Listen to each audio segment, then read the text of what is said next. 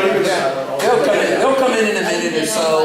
We'll go ahead and start the last session of the day. How do you start? It's already started. Okay. Hello everyone, my name is Amber. I'm one of the debaters at St. John's University in New York. I'm really excited to be teaching you guys. I haven't taught your classroom yet, so it's really nice to meet you all. I'm really excited. Today, Steve Yano, he's my coach right there. We're going to be lecturing to you all today on fallacies. So I'm just going to start out with a question. How many of you guys, when you're debating with someone, it can be any debate situation you've had, you've gotten really frustrated because the person you're debating against is either saying things that aren't true, misinterpreting your arguments, just saying random things. Have you guys ever experienced that? All the time. I think we could also phrase the question, raise your hand if you're a human being. Same question, yeah? She's like, yeah.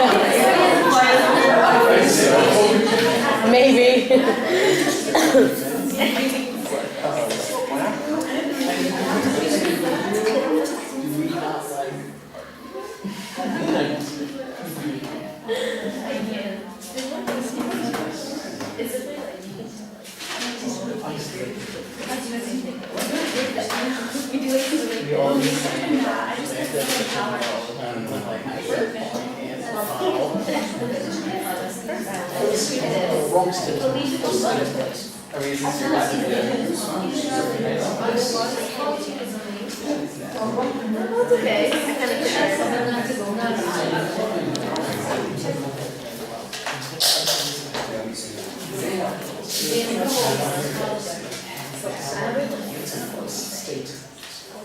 This was working until we started teaching.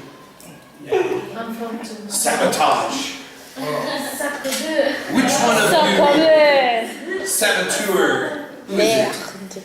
That would be, I don't know. The people who didn't come back. They just sabotaged and left. Maybe you could call the text girl, she's downstairs. Yeah. Yeah, maybe. We haven't said her. Yeah, that's...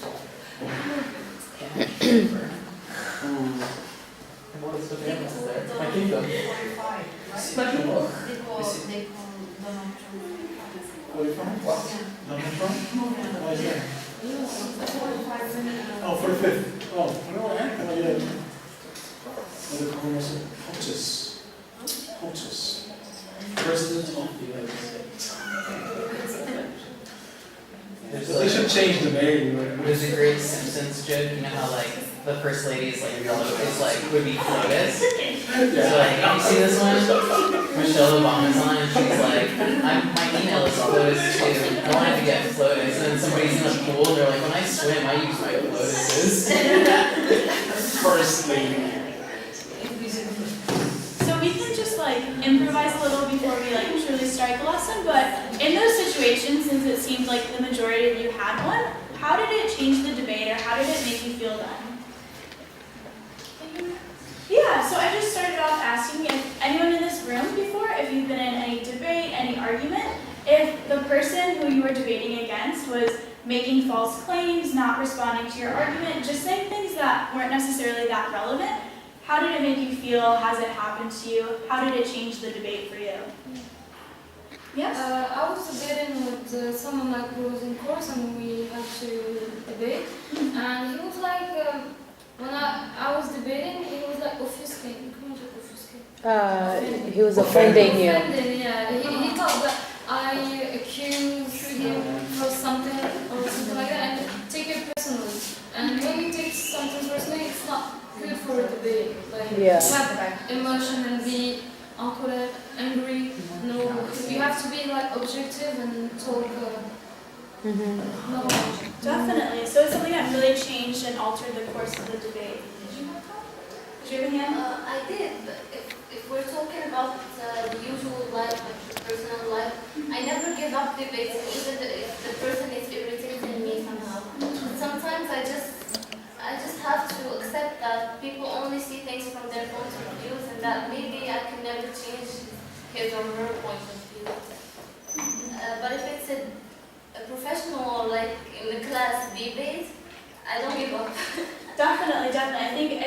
thing debate will teach you, it's definitely perseverance, because oftentimes your speech or the round, things will just go not maybe as you saw it planned or as you saw it in your head going, but definitely just continuing to go through, and especially if you do encounter these arguments, just being confident in your material and continuing on the speech that you had planned.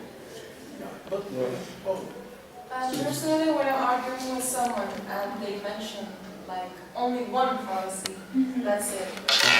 Feels like you're arguing with a wall. I lose hope in whatever the person's gonna say. Yeah, well, personally, I don't discuss an idea. Sometimes, yes, we have like those people in front of us. So I either stop because it's just to go further. I think because whatever arguments you're going to give, they want just to win the debate. They just want to be right.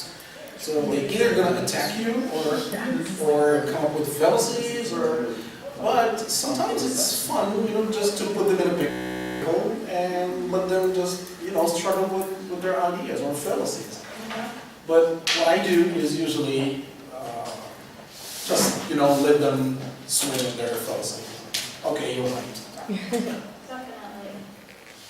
Do you have any other?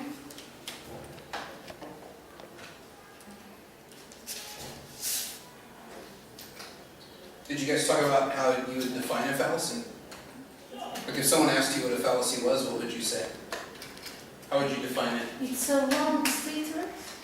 Okay, so does it mean being factually wrong? Yes. What about, is there a way to be factually right, but structurally wrong? Yeah? What is the difference between a fallacy and a bad argument? No difference? Some difference? Total lots of difference? What would you say? A bad argument is about the structure of it. So a fallacy is about the structure And of the argument is bad. Yeah? Okay. Anyone else? This is a very real question that people research today. It's not settled. People write books about this. It sounds incredibly boring. Yeah. How do you write fallacy? I'll put it on the board for you. Oh, like this. Fallacy, yes. Look, Oh. fallacy. I don't know what the French word would be or Arabic word, but if someone knows, you should say Fallacy. fallacy. Fallacy or something fallacious. Ah, fallacious. Fallacieux. Yeah. Fallacious. So, Okay. So maybe that will help wrap your head around what it is that we're talking about. So the idea of what a fallacy is a strange thing.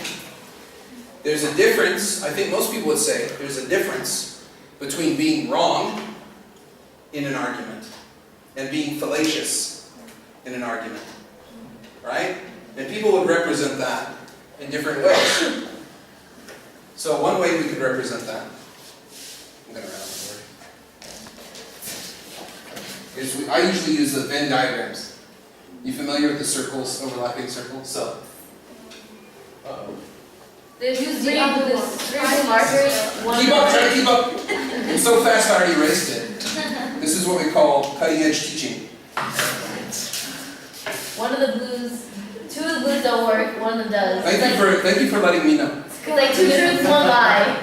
He said it's two lies, one truth. There's a third one. I moved that one. Hey. Two of them don't work. Wrong arguments. Fallacies all are inside there. That's one way to think about it. Another way to think about it is the fallacies and wrong arguments like that. Right? Or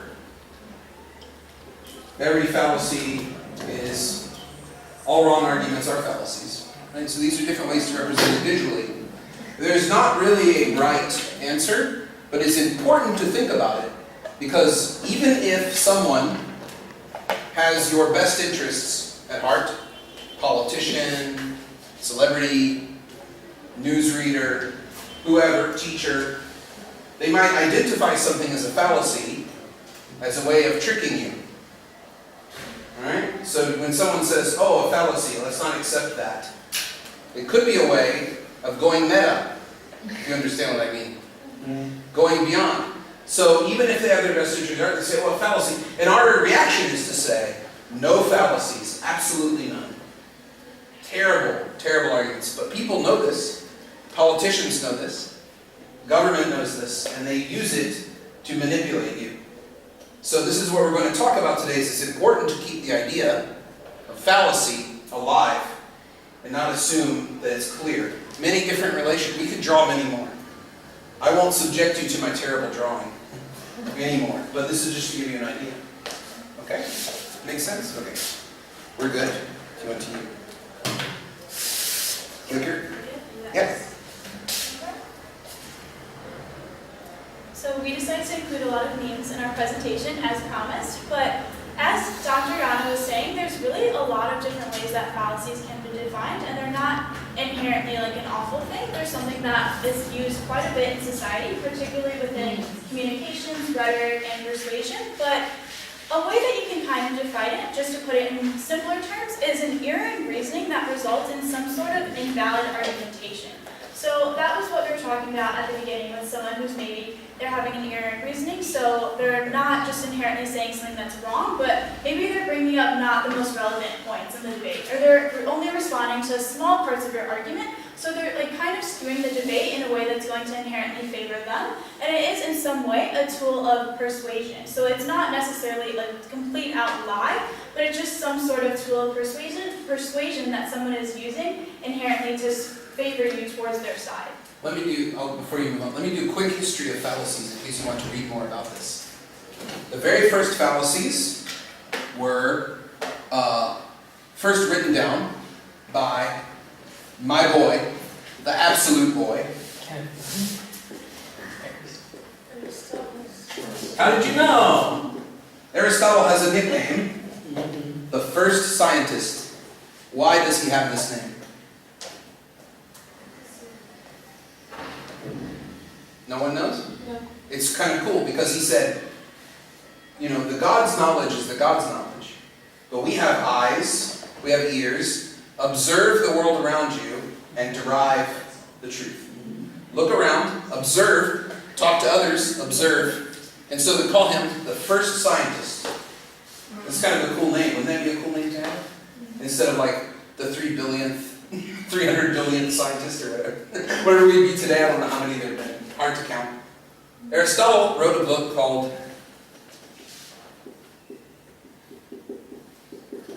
Sophistic Refutations.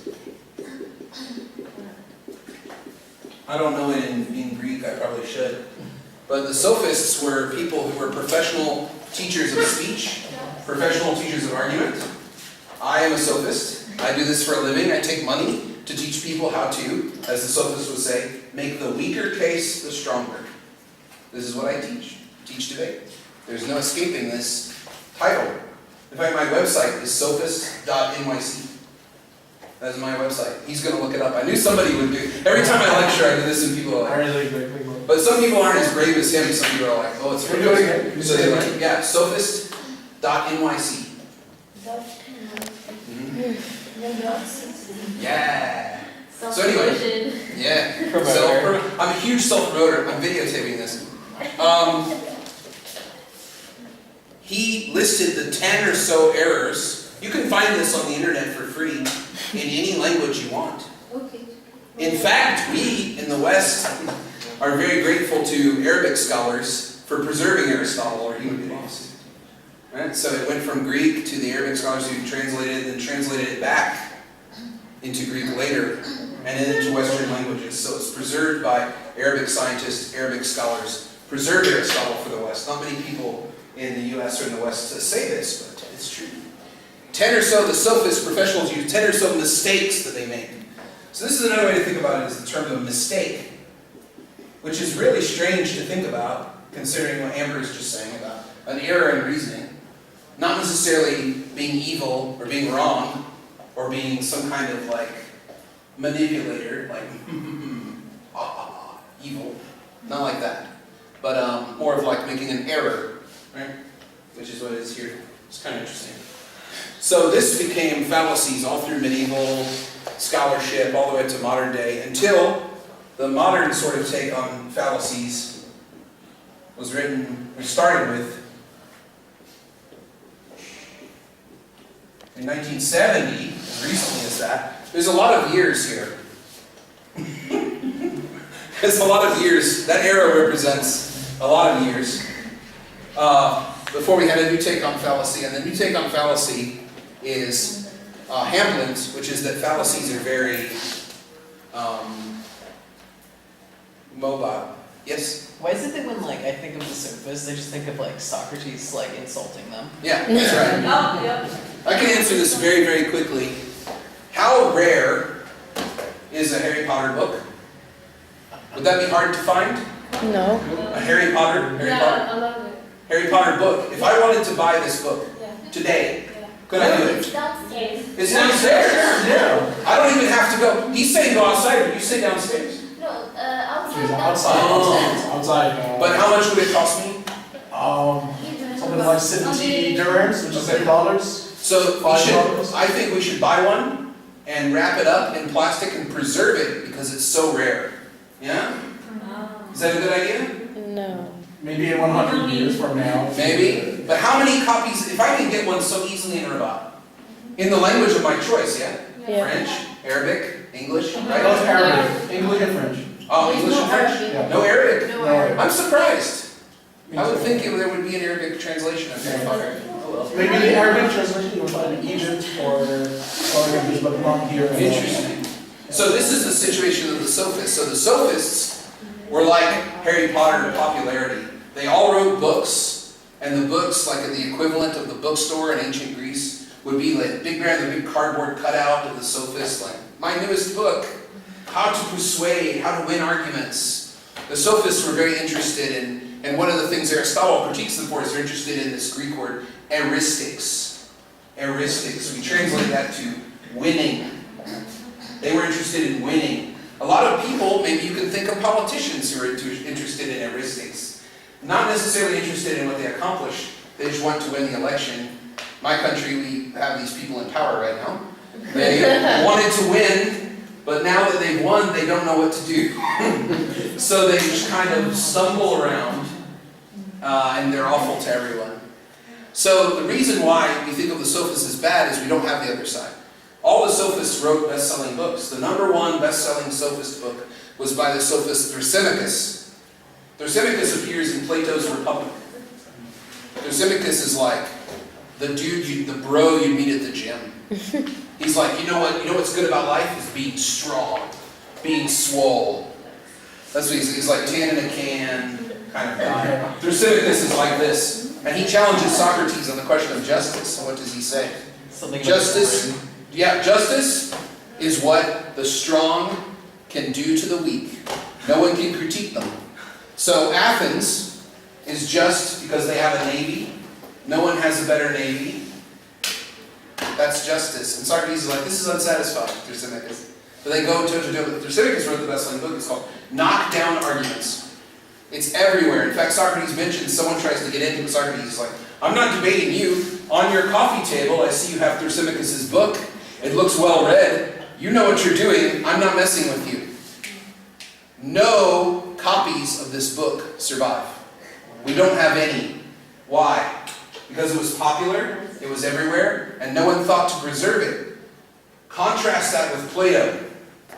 Plato was loved by a very small elite group of people who considered themselves the intellectuals, the people who had it right, who had the weird idea that one learns by exploring what's inside. They got that from Socrates. You learn by exploring what's inside. This was a very weird idea to the very open, very social, very political, very verbal Greeks.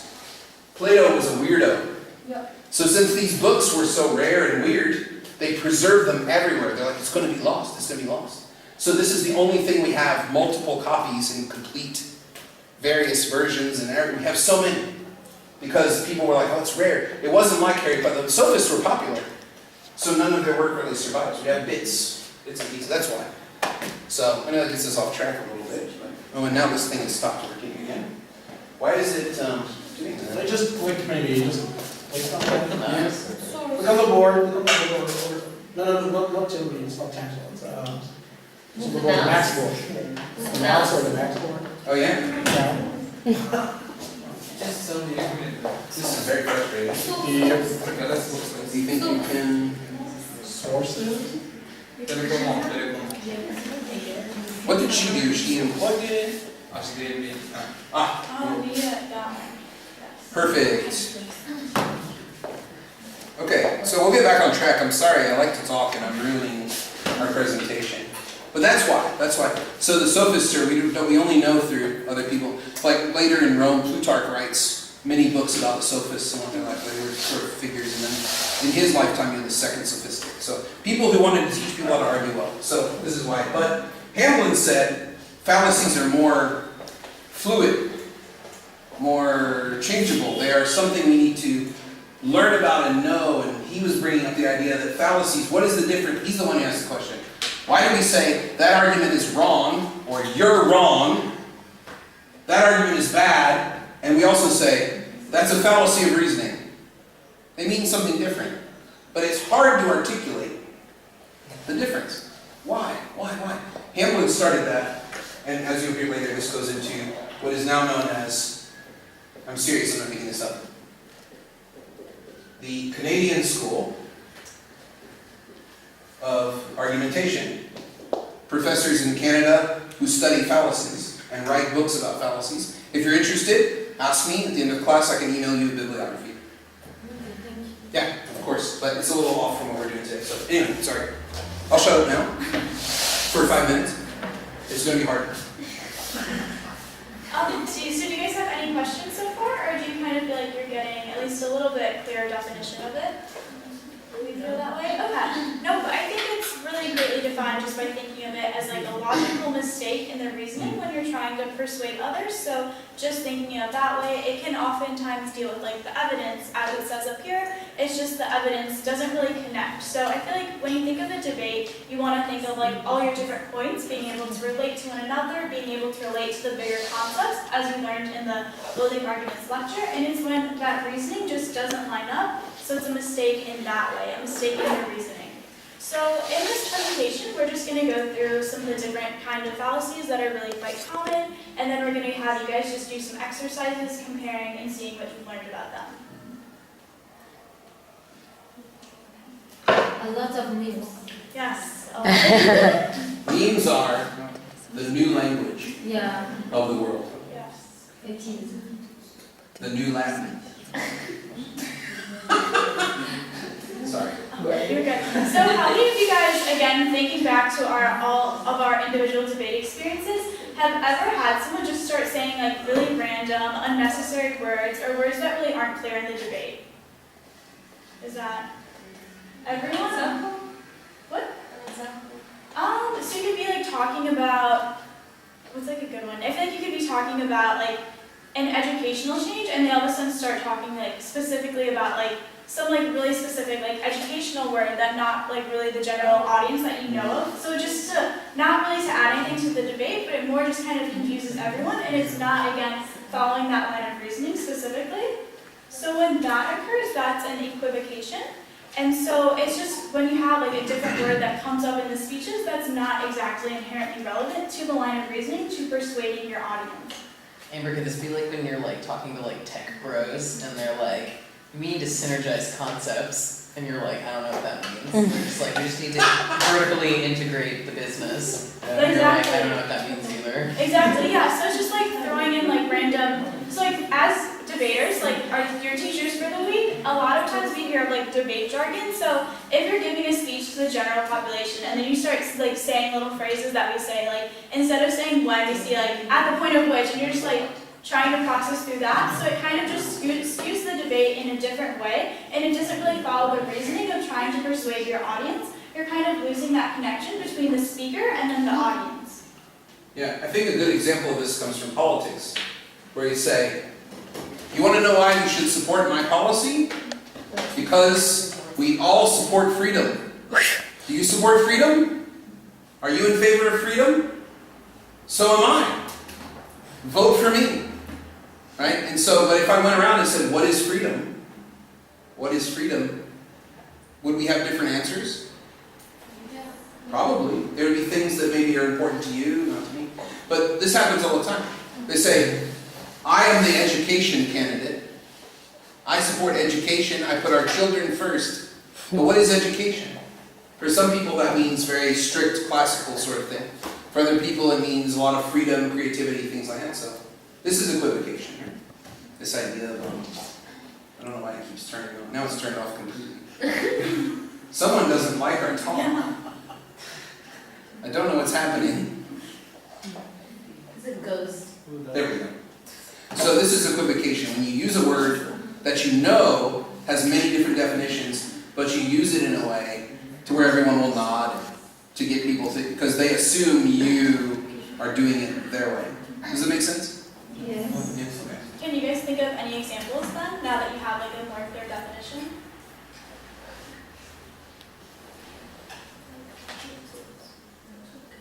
We'll have time to practice, don't worry. So then, do you want to do the next one? Yeah, I can do this one. Okay, so false dichotomy has to do with the power of language, and it's one of the fallacies that I would classify as one where people are being persuasive, but they pretend to describe. Does that make sense to everyone? People are being persuasive, but they pretend to describe. So let's say I say, okay, so in business, you have two choices. You can either be someone who follows and just does what the boss says, or you can be someone who leads. Now, are there other ways to be in business? Yes. Yeah. False dichotomy. Do you understand? Now, what I did was I tried to persuade you a description of the world that's really my interpretation. But I hide it. I say, governments have 2, maybe 3 things that they can be. And everyone's like, I'm just describing I'm just saying what's out there. It could be a false dichotomy. Oftentimes, it is used to simplify a complex issue in order to make it look like, so for example, in the United States, you say we have 2 choices. We can just let anyone in to be a terrorist and harm our way of life and steal our jobs, or you can have strict immigration law. Or we can have a ban on Muslims at the border, right? Which my country has from certain countries can't come to the United States no matter what. This is like it's usually oversimplification, where you say, look, we only have 2 choices. But people will do this to you all the time. People can think of it. You watch TV, how many adverts do you see that do this, right? You can either be a terrible mother who neglects their children, or you can buy them this drink. It's true. False dichotomy. False dichotomy. Because of course, there are many different ways one can be a mother, right? There are very few, think about it, there are very few laws that any country has about how to raise your children. There are basic protections for children. But other than that, anyone's allowed to have children. They're allowed to raise them how they want. Whatever they want to do at home, they let them do it. It causes lots of problems when you're on an airplane, Noisy, right? So think about that. That's the example of that. This happens all the time. Yeah?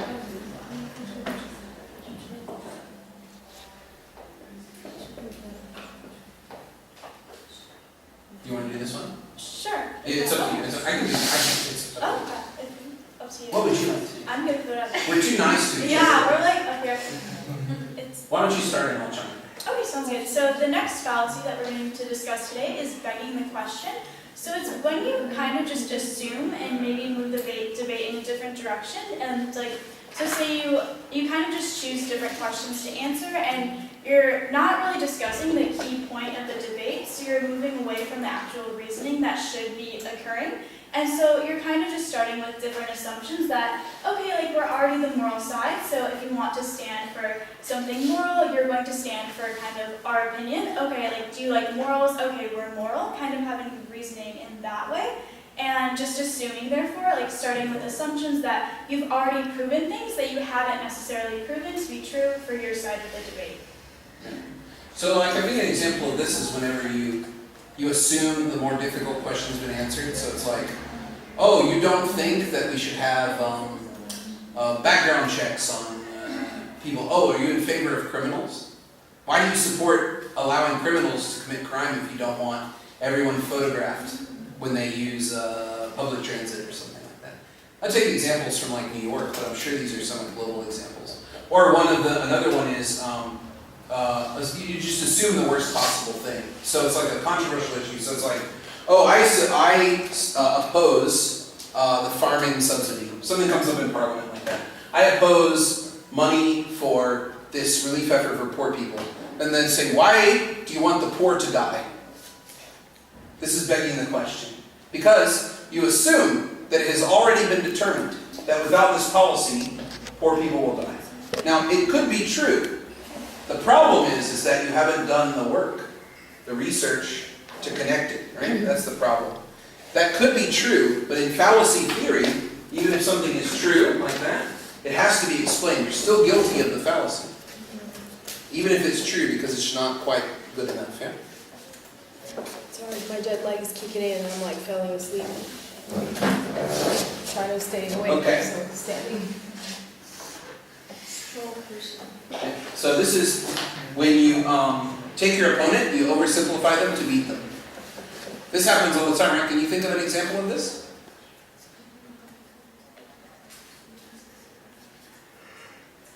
So it's like somebody will say something like, oh, I think that in the parliament we should have more laws protecting women's rights. We should have more laws protecting women in the workplace. We should have more respect for women. They say, oh, my opponent is a feminist. They just want women to be superior to men. They want women to control the world. They want men to have no rights. This is a stupid argument. They're stupid policy, this kind of thing. So this is straw person. It's when you take an argument and you don't take it seriously, you oversimplify them. It's like making a scarecrow. You know the scarecrow? It's a weird thing. So you put, it's made of straw, and you put it in the field, and it frightens the birds away from the plants, from the crop. So this is where they get the name straw person. Is like straw like a scarecrow. And that looks like, and it's easy to win a fight against a straw person. You just rip them apart very easily. So this will happen where you oversimplify the position of your opponent. This is probably one of the ones that he's talked about as being most unethical. Right? So you want to treat your opponent with seriousness.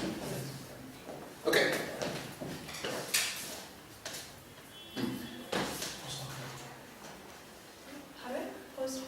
Post hoc ergo propter hoc. It's cool to study fallacies because it makes you sound really smart. Yeah. Because you would just say, that is a post hoc fallacy. And people are like, yo, my boy speaks Latin.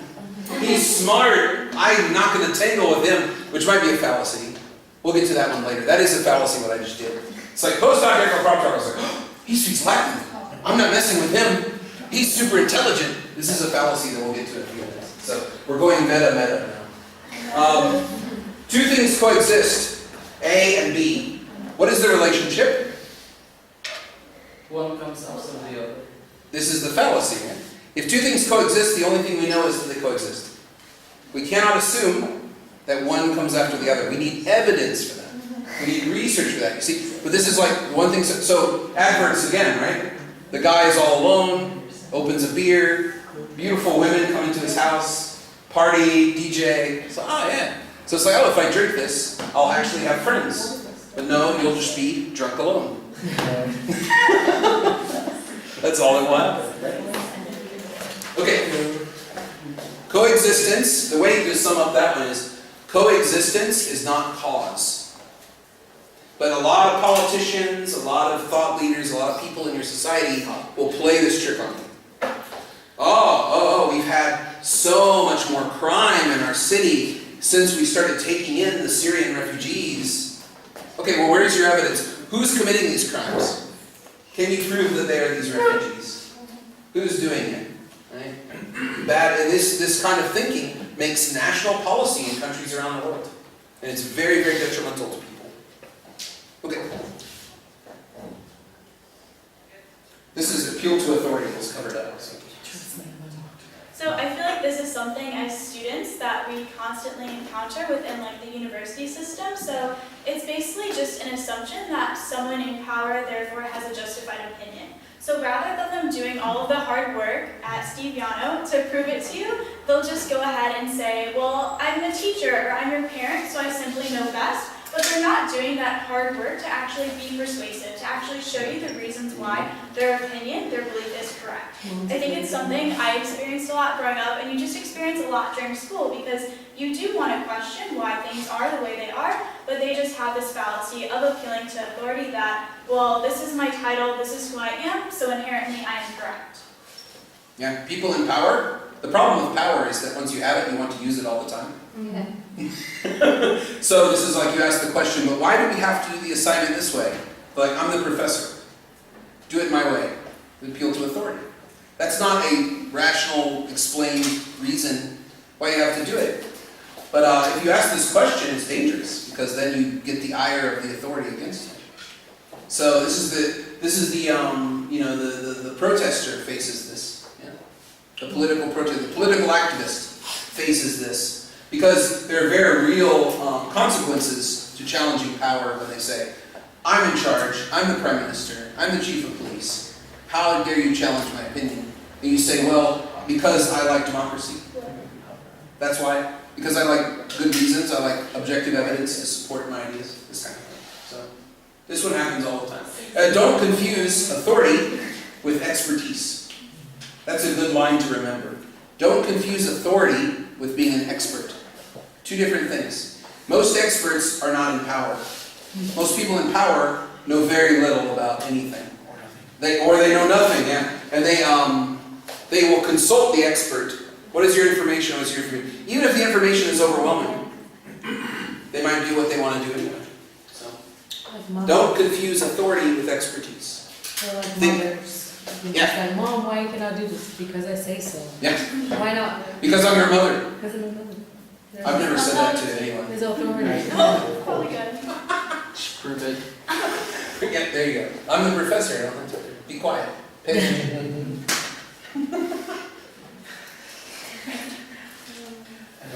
More Latin. Ad hominem literally means at the person or at the man in Latin. When you attack somebody personally rather than their argument. So this is when you name calling, or oftentimes racism or sexism will come up. Right? And there's another fallacy based on this that is more general, where it's like, well, you know, my opponent is a woman, you know how they can get, this kind of thing, right? So sexism, racism, those kind of assumptions all kind of, it all kinds of falls into that. Yeah, but yes? sometimes Adam can be good in questioning who is speaking in front of me. If you give me information, I can say, okay, who are you? And you are here, you know, vis-a-vis the information you are giving me. So here you are doing ad hominem. Instead of just believing everything you just say, you're just questioning about his background, his studies, are you an expert? Mm-hmm. So you are against the man. Yeah. Sometimes it's good to do that, sometimes. Yeah. I mean, I think that a lot of the people who are more traditional fallacy people would say, this is when a personal attack is seen as a valid argument. So you say something like, well, my opponent is Jewish, so, this kind of thing. Perfect. This is also related to a bigger fallacy called poisoning the well. Exactly. Right? Which is related, we're not really covering that one today, but it's the same thing. It's like when you say my opponent is like, my opponent is a convicted criminal, so I don't know about his opinion on economics. Now in prison he could have studied economics. This happens all the time, studied economics, become very expert. So instead of challenging the reasons, you attack the person and say, well, I don't know about them. I don't know about them. So you're right, it could be considered, but this is the kind of trick I'm telling you people will do. It's like, what is your background? Where did you go to school? How much have you written about this topic? And they say, why is my opponent committing an ad hominem? They're attacking me and not my ideas. This is the way you can use fallacies in a bad way. Instead of just pointing out they did something bad, don't listen. You use them to trick people by making an argument like that, which you're right, I think. But people will turn it around and say, if you say, what is your background? How much have you studied this? You say, don't attack me personally, attack my argument. Yeah, because nowadays so many people are talking about so many subjects. And Yeah. They don't know where the truth comes from. So they talk on the radio, especially here in Morocco. We have so many specialists, listening and blah blah blah. But people tend to believe them because they are on the radio or on television. That's right. So they have to learn to look for the background of the guy or the girl that we're talking, you know? If he's claiming to be an expert, okay, internet will tell us more about this guy. Yeah, right. And we can't tie it anymore. And that's If he is an expert now, yes, you will listen to him or her. Yeah, and that's not an ad hominem to do that, to check background. Well- Because the media will put an aura, you know this word, aura? Yeah. Aura around people to make them look like they're glowing because they've been on TV talking about airplanes or farming or child services or education. But you look at their background, you're like, the only thing this person did was open a karate studio that went out of business in 1 year. Why are they on the radio? Like you find these things. In the US we have the same problem. Everyone shows up on CNN, they have a little line under their name that says, senior correspondent expert of Donald Trump's tweets. And they're like, what kind of expertise is that? Right? So you're right, you're absolutely right. Looking at someone's background, not an ad hominem, but if you challenge someone on their background, you can be certain that they will say that you are committing an ad hominem. You are committing it. They'll accuse you of the fallacy. Yes. Right? So be careful with this. It gets very deep and crazy when you start throwing these things around. So, okay. And even just a really quick note in relation to the last lesson that you guys did, because a lot of you were saying that some of the topics that interested you were like role of women in society, like sexual harassment. It's something like often female debaters will face, and it'll be like, oh, well, women are kind of emotional, so maybe they shouldn't be making these decisions. Or, oh, can we trust a woman to be president? Things of that nature, and it can really just derail, and you're not truly, obviously, using reasoning or logic in those situations. Yeah, and it's like in the United States, in cases of rape, it comes up a lot of times where they'll be like, well, can we really trust her?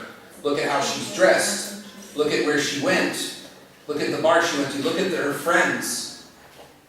Is she just lying about this? This could be considered ad hominem because you're attacking her and not the evidence of the crime you see. It's very, but this happens all the time, especially in high-profile rape cases where it's a big football star, athletic star, or someone like that. They say, oh, she just wants the money. You know how women can be. Ad hominem. Yeah. Well, it has going well for Trump. Is what I'm sorry?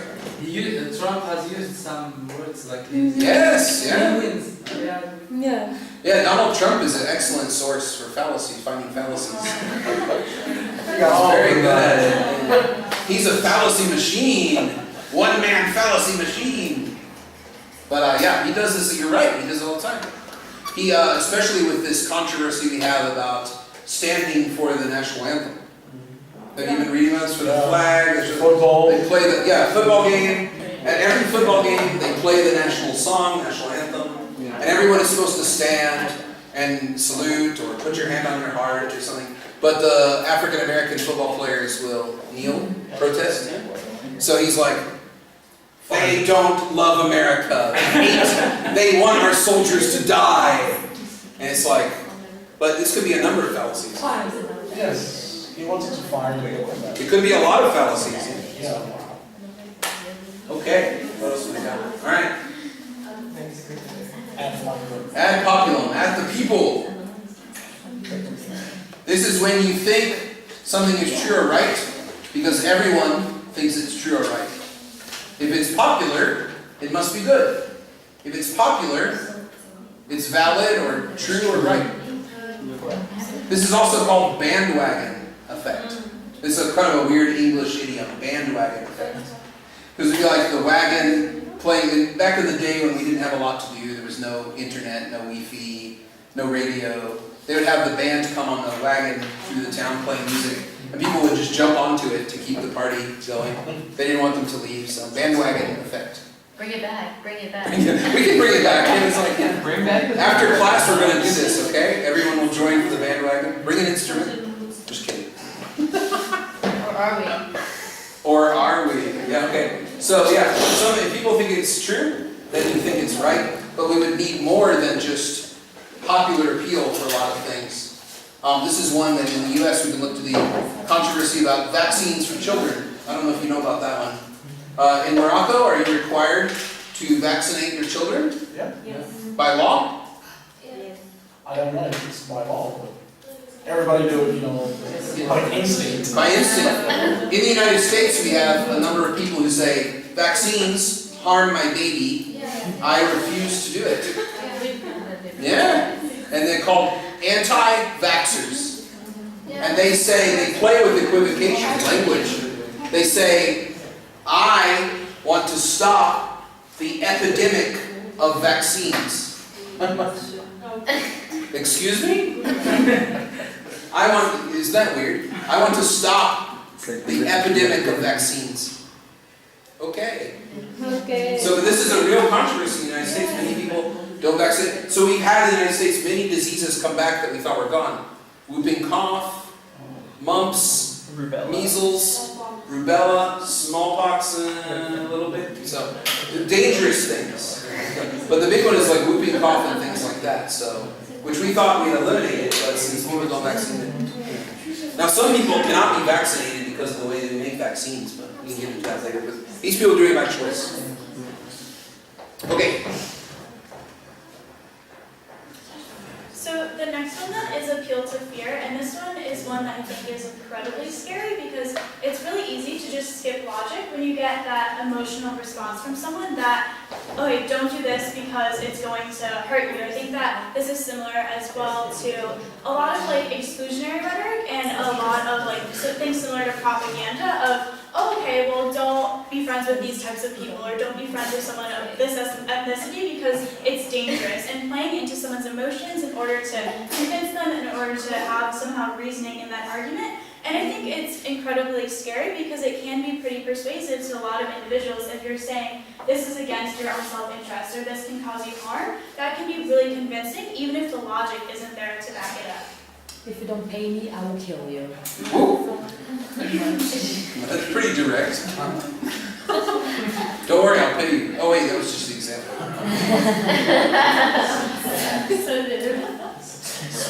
Yeah, fear appeal. We see this a lot now in the world where we have ISIS and Boko Haram. We have lots of threats to democratic governments. We see this a lot. And we also see this a lot in the rise of right-wing parties.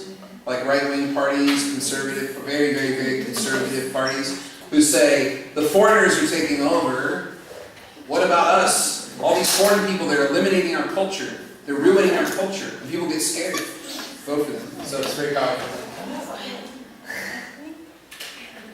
This is the one I did earlier. Hasty generalization is when you, do you want to do this one?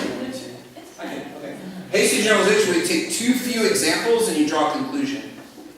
It's a fallacy of inductive reasoning. Yeah.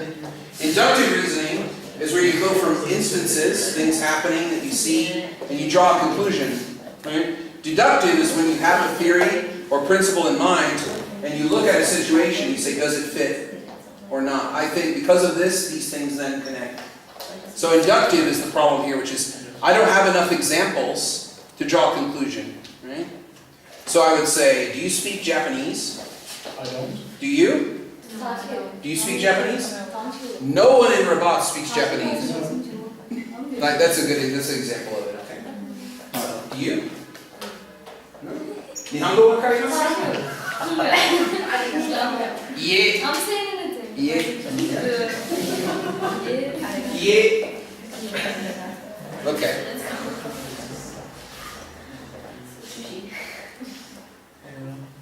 Alright, so then the next one that we're going to talk to you guys about is called a red herring. So, similar to the fish, it's really just when you use arguments that aren't really relevant and you're just throwing them in to distract someone. So, that's when you're having a debate with someone and they all of a sudden, like, say the debate's focused on, like, immigration, and all of a sudden they start talking about, like, something incredibly irrelevant, start talking about, well, like, education is going to get really bad, and it's, like, not necessarily the main issue at hand, and they're really just trying to distract away from the main principles and where the debate should really stand. Yeah, they try to draw you away from the main debate to bring it onto something more familiar to them, and then they win that, and you confuse it, you think they've won the main argument. So this is very often like, oh, what about our children? How is this going to affect our children? Let me tell you about how important the children are to the future of our country. Let's talk about it. Why aren't they talking about our senior citizens? Why aren't they talking about medicine for our old people and caring for them? And so you just move it away to something like that. It's red herring. It comes from an old practice of using bloodhounds, dogs, to track criminals. And the idea was that you could take a fish and run it behind you, and the dog, or run off or throw it off another way, the dogs would go that way. Because the fish is a stronger smell than the person. This is where it comes from. Weird. Was it true? Yeah, I mean, I don't know. Everyone seems to think so. No? Yeah. Hasty Generalization. Ad populum. There you go. Yeah. Close. I can do these all day. Okay, now we're going to practice. Now we're gonna do all day. So what we're going to do is I'm going to show you some scenarios, and you can work with a partner, maybe 2, 3, discuss it, try to figure out what fallacy it might be from the notes that you've taken about this, and then we'll have you speak to the class, and then we can decide whether or not it's a fallacy or not. What fallacy is happening here? That's the question. And then you have to explain. You can't just say, it's a fallacy, don't believe them, because that is a fallacy itself. You have to make an argument. That's the difference between Aristotle and the Hamblin era, is that you have to make an argument to prove the fallacy is bad, and here's why it's bad. And, okay? So here's our first one. It's like little stories. And you can, if you can't understand it, you can talk to a friend and they can translate for you.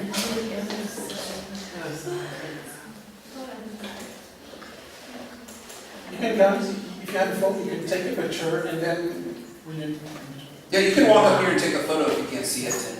And you can help, if you can't understand it, ask somebody to maybe help you translate. It'd be great. I'm okay with people working together. So we'll take a few minutes and work on this, and then we'll have people say what they think. I'll go around and call on people.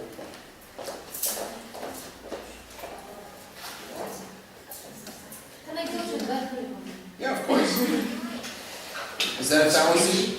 Is that a red herring? No, it's Okay.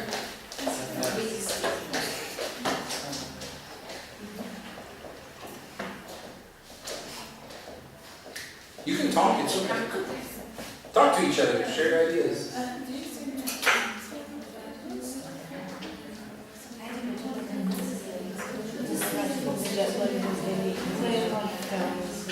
We'll take a walk around. Opposition, binary.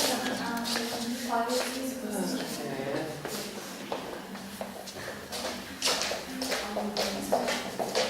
you have a business card? I do, yeah.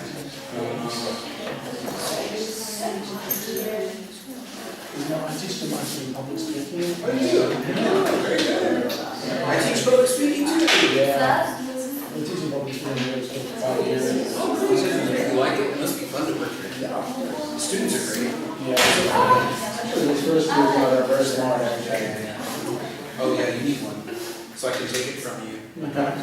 He is a graduate student who assists us, and anytime I'm at some event where I have forgotten my business cards, I gave him one when I first met him, and I keep giving it to him. I keep giving it to him. Yeah, because I'm like, I don't have a card, and he'll be like, oh, it makes me look a lot more official than I am when I have like an assistant use my business card. Just an accident. I'm sure this one, I know it's on the plane or something.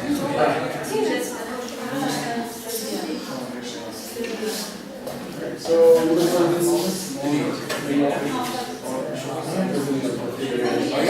Whereabouts? well, actually, I'm 20 years ago. Oh, wow. Yeah, I do university. Nice. And then I go to New York for my PhD. Where'd you actually Oh, and what? NYU, it was actually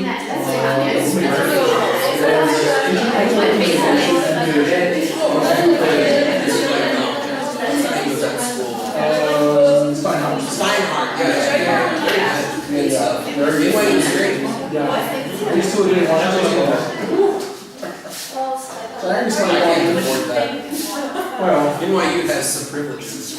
yeah, I mean, actually, I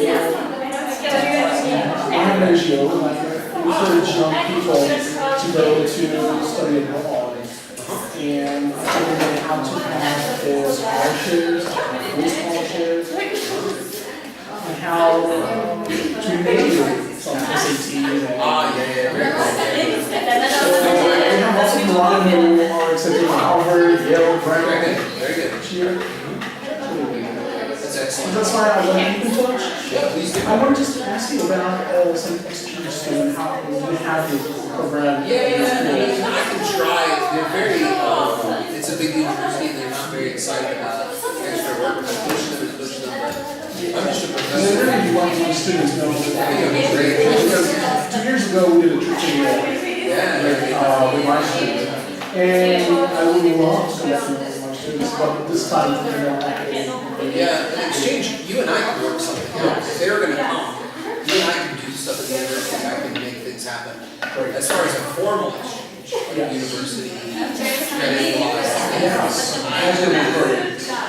it's very difficult because everyone's very resistant. Nobody is really interested in hard work. I can try again, I can reach out and say, but I don't expect it, but informal. We can always work together. Let me know when you're coming, and I can set up things at the university for them to do. Very easy. I'm going to talk to the administrator here and to make things happen like my airport, they have actually so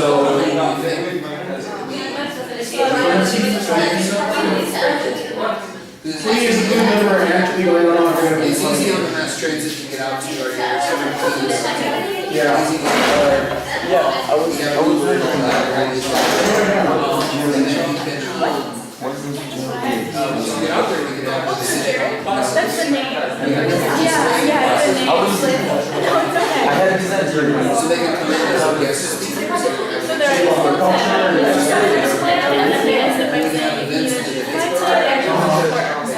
Participate in our debate. Awesome. Jared's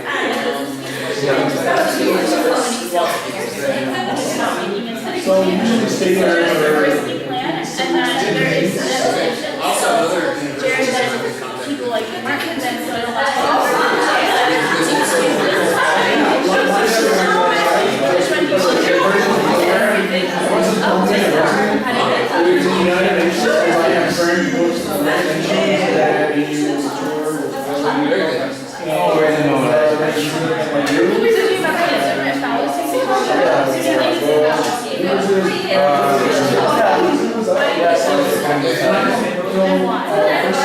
Because like in 20 years, So we can do things. Try again, but they're very interrupted. next thing is how ILCS is great. I said ILCS is great. So the students are very good. Well, this is working with them. this side trying to join them away from the Very concerned. They can't think outside the box. So like, look, this is a way of bringing new students in. Okay, let's see how you did. What did you come up with? Would you like to go first? Okay, why don't you have to make a persuasive claim. So why don't you stand up? Stand up. No, you're okay, it's good. But if you're going to convince us that you're right, you have to come and speak here. Speak to all of us. Make a case. It's good practice. So, You can please.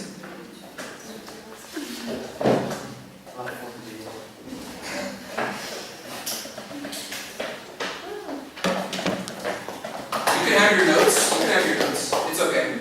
A lot of times speakers feel like, oh, I can't have my notes. But audiences, they think it's good sometimes. Have notes. Well, after that I wrote this, Face them.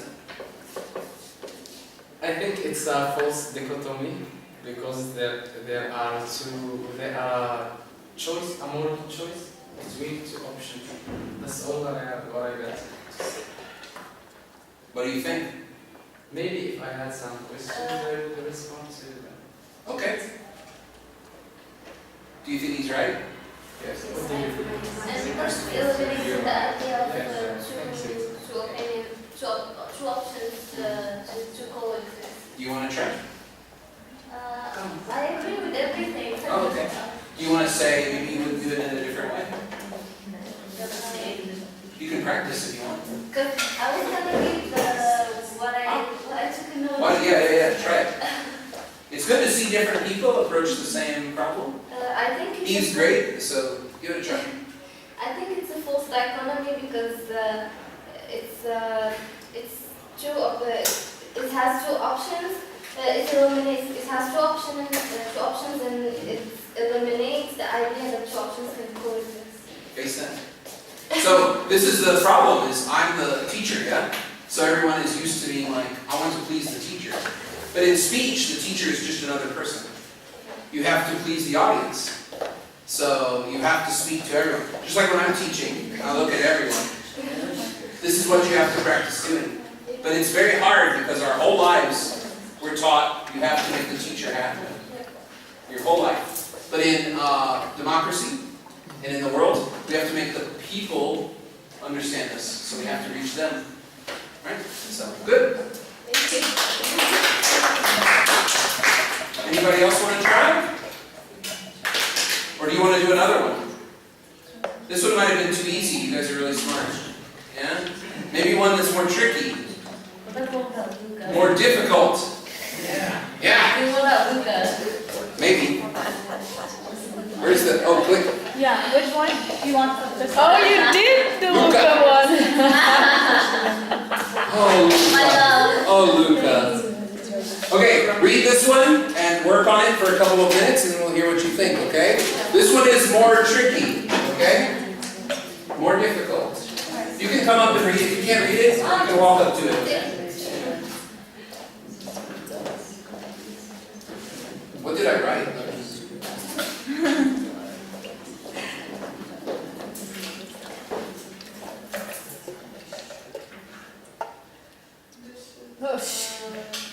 The long one.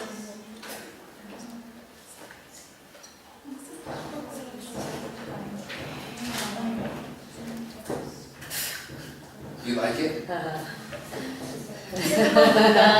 Of course. Luca is like pretty cool. They're like, what?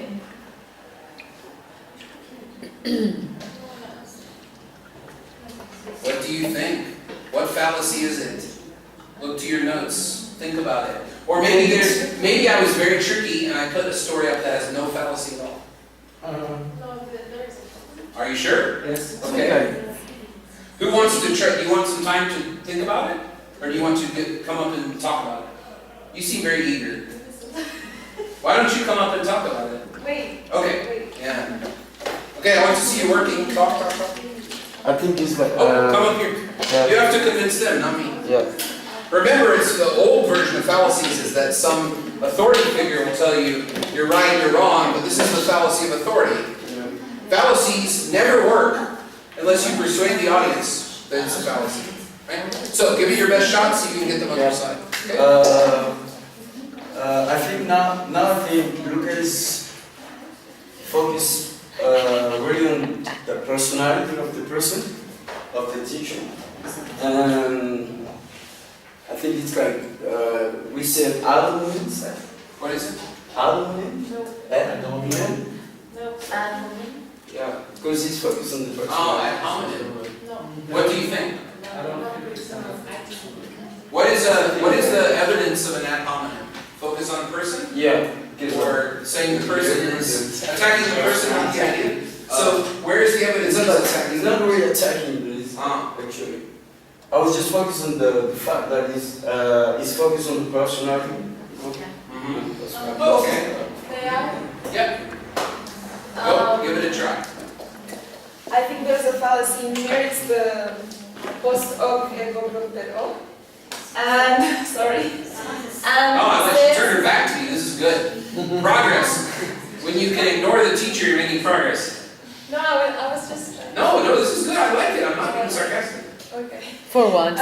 So he relates the fact that he relates the weather to the teacher's behavior. So he says that when it's cloudy, the professor is strict, and when it's sunny, the class is easy, but there's no real evidence. It could be simple coincidence, but there's no evidence.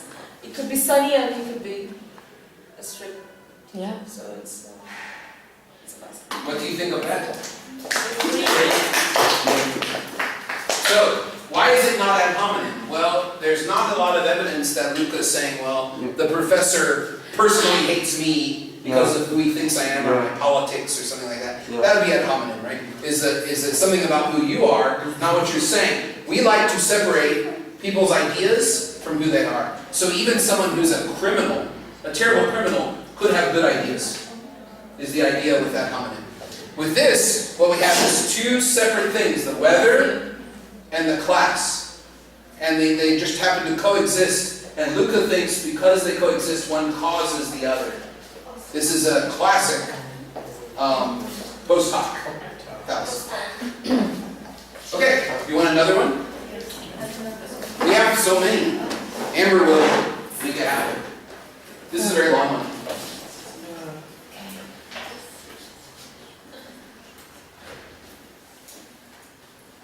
I made a very long one, I'm sorry. As I wrote them, they got longer. I guess I got more comfortable making up stories. I don't know. Getting them more complex. Yeah.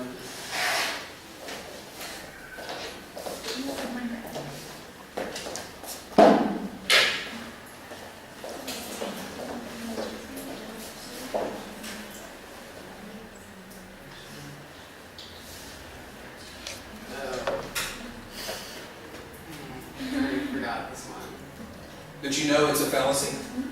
See, it's funny that you can... So there's people who say a fallacy is a structural problem. This is a tough one. Think about it. Or maybe the mayor is right. Maybe there's no fallacy. Who knows? Everyone's just thinking to themselves. You can talk to each other, it's okay. And you can disagree. We're here to debate, so it's not really agreement. It's not agreement class. That would be boring.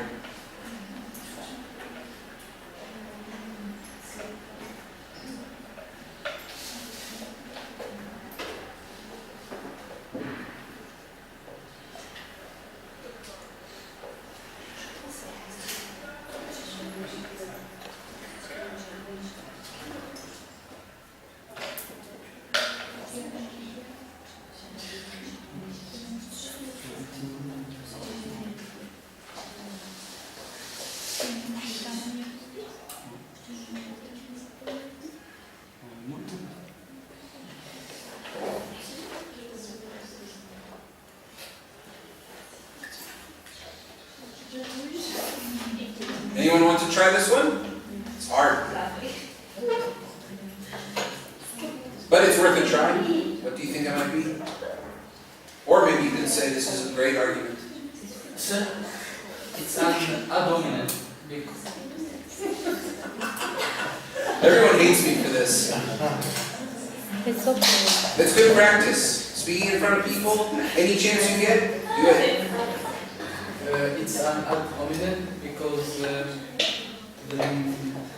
Speak to them. mayor who is talking.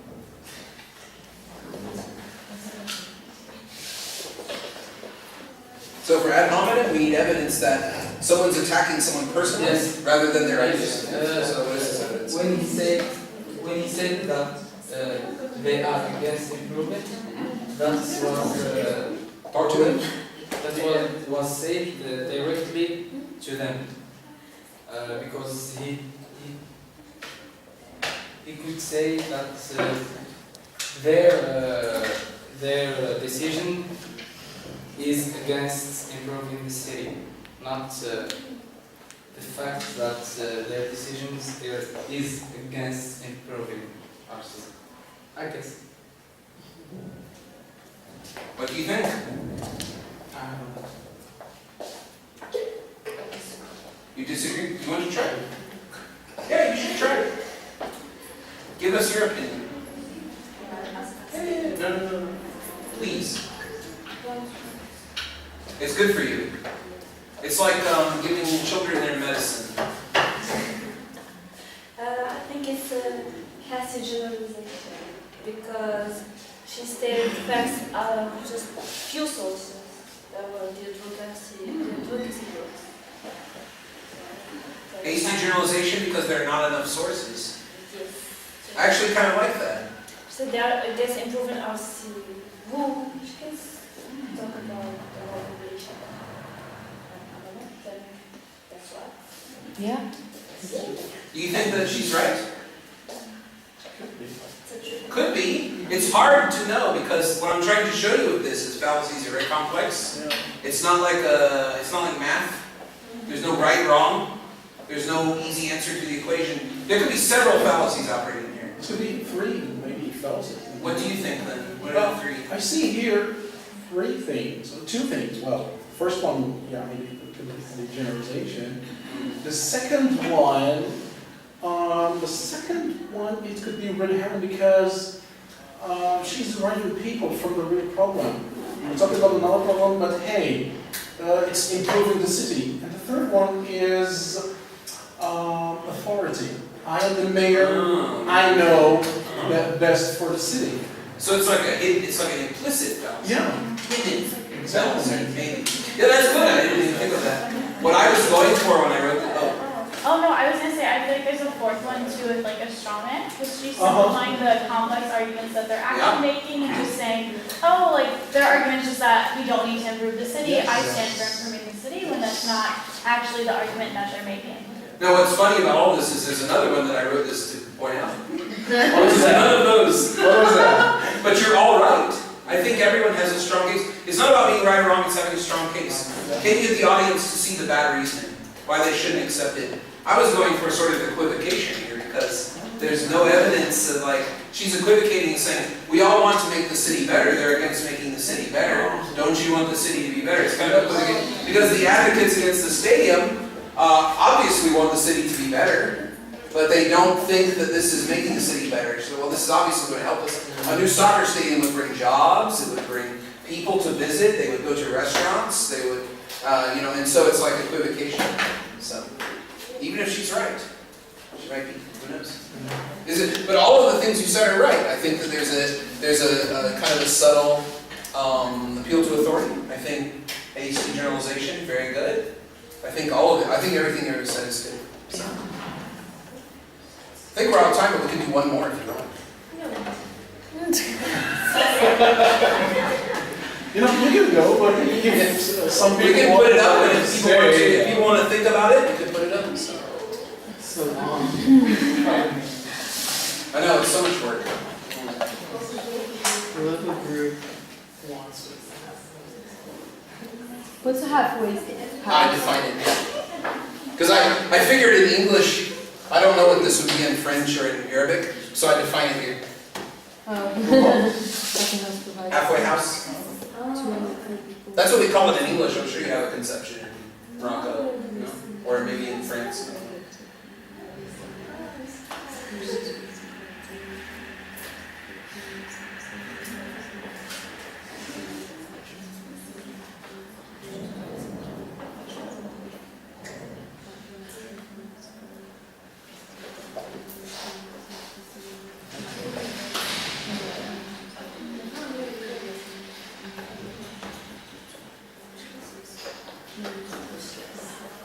Does everyone understand what a halfway house is?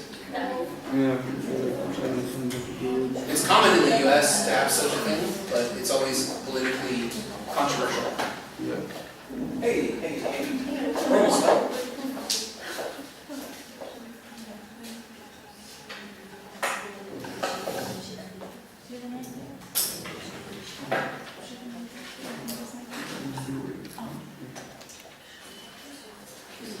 Anybody want to try this one?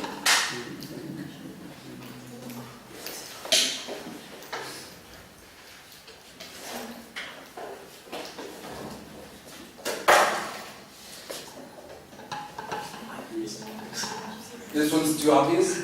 Yeah. What do you guys think? Who wants to say something?